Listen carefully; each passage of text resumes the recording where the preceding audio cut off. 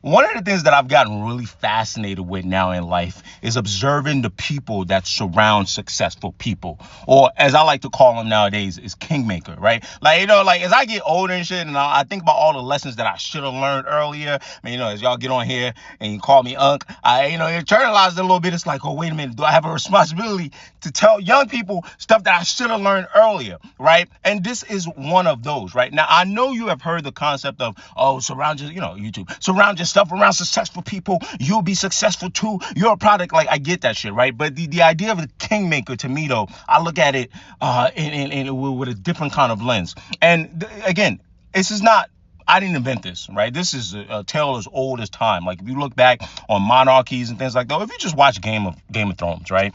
You watch this one or two or three figures, right, that surround helping make someone become a king. Like, even though they're a line of successions, you watch all these really influential people, powerful people within maybe like a tribe that will support a specific kid in that line of succession to maybe jump or to, sabotage their older siblings, right? And that's kind of like the concept that I'm talking about here. But the reason I'm using kingmakers is these people, they're very interesting because they have either one, no desire to be king, or they've accepted the fact that they will never be king, and they are totally comfortable with being number 2, 3, 4, which they realize is better than being a peasant, which you run the risk of when you have no power. And it's a symbiotic relationship. I'm using LeBron James, Maverick Carter, Rich Paul here. I'm going to show you a few more examples.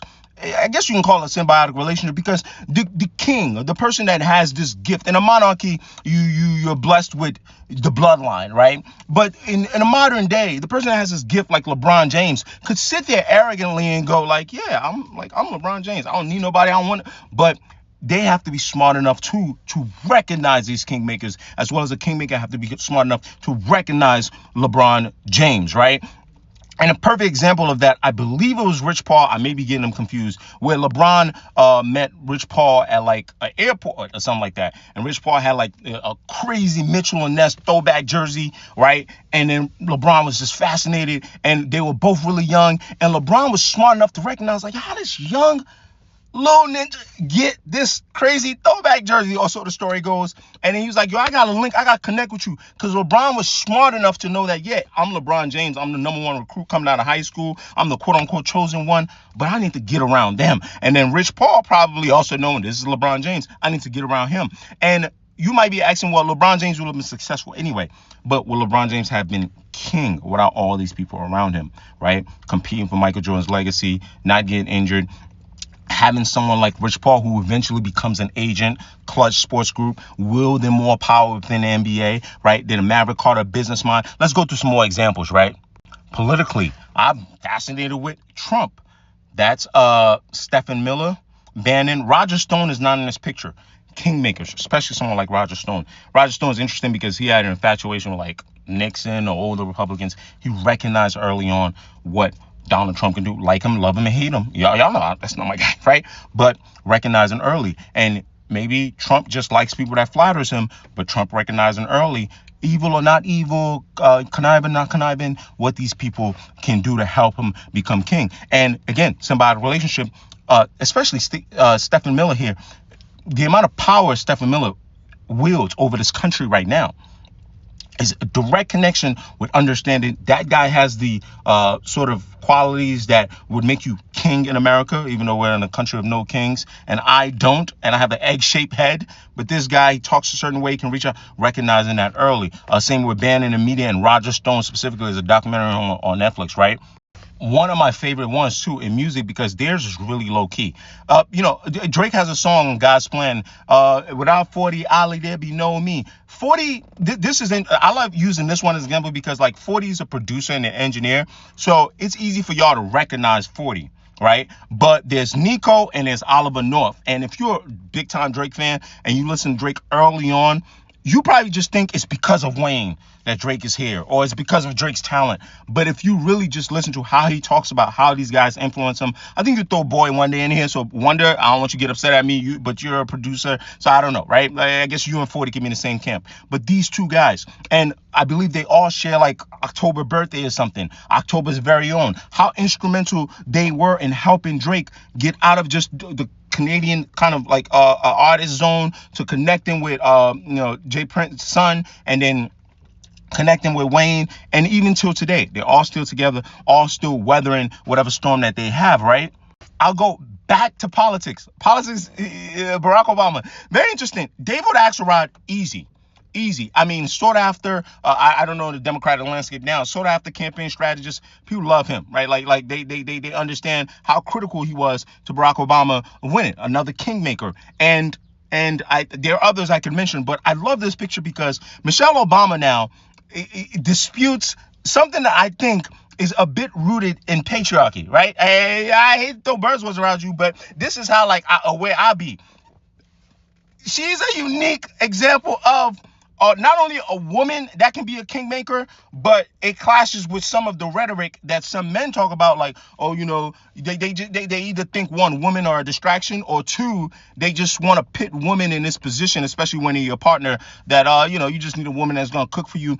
Michelle Obama, very talented, very influential in the educated circles and in Chicago where they're from, and now also putting her career to the back burner, maybe realizing America is not ready for a president. I'm going to stick with my legal stuff, and then let me not only be a wife, but help Barack Obama become president. The main difference is that with other first ladies, or they didn't know they were going to be first lady, but future first lady, she actively campaigned and actively had an influence. So much so that I could see how indirectly you guys are spotting a lot of things that she's saying now. I don't know what their relationship is like, as resentment, because I think subconsciously you guys realize she was a kingmaker. You realize her talent, right? So perfect example here. I know Barack Obama has so many other people, but I thought this picture was just very telling, right?